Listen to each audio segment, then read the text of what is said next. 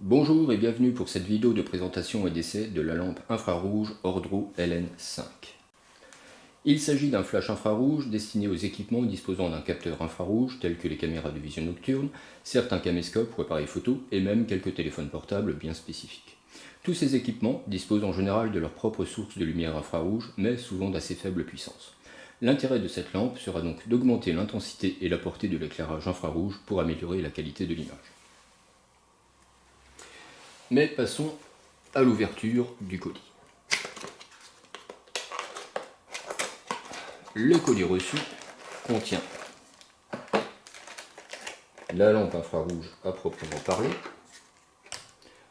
un câble de charge et un manuel d'utilisation en anglais, allemand, français et chinois.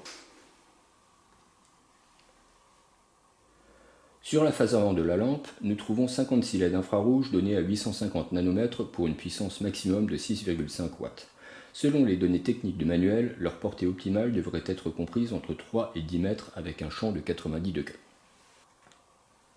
Sur la face arrière, nous pouvons voir dans le coin supérieur gauche le bouton de marche arrêt, juste en dessous les témoins de charge restante de la batterie étalonnés sur 4 niveaux, et enfin au milieu le variateur de puissance pour ajuster l'intensité du flux infrarouge. Cette lampe est alimentée par une batterie interne lithium polymère de 2200 mAh qui se recharge par un port USB-C 5V 1A situé sur le dessus. Le câble d'alimentation est fourni, en revanche il n'y a pas de chargeur. Selon les données constructeurs, la durée d'une charge complète devrait être d'environ 3h30 pour une autonomie de fonctionnement de 90 minutes à pleine puissance. Mais on pourra augmenter cette autonomie en branchant directement lors de l'utilisation une batterie externe additionnelle que l'on connectera par exemple à l'aide du câble de recharge. Procédons maintenant à l'allumage.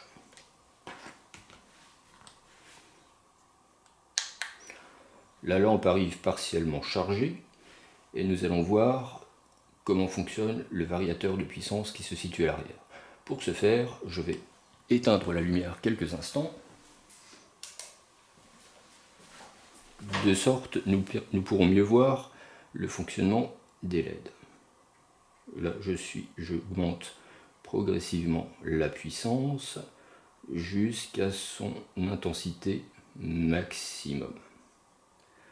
Et en tournant dans l'autre sens, je diminue cette intensité progressivement.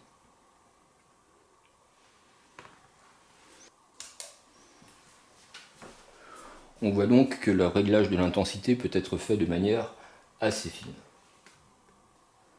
Concernant les méthodes de fixation possibles, cette lampe dispose de plusieurs solutions. Il y a d'abord un filetage 1/4 standard qui permettra de la visser sur un trépied ou sur tout autre accessoire compatible au format 1/4.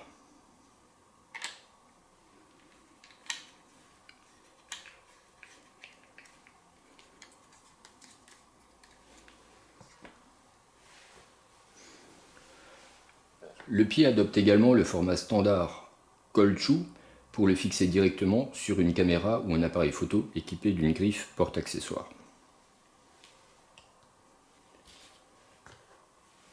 Sur le dessus et sur les deux côtés, on retrouve des encoches de connecteurs standards pour coupler ensemble plusieurs lampes en série ou ajouter d'autres accessoires.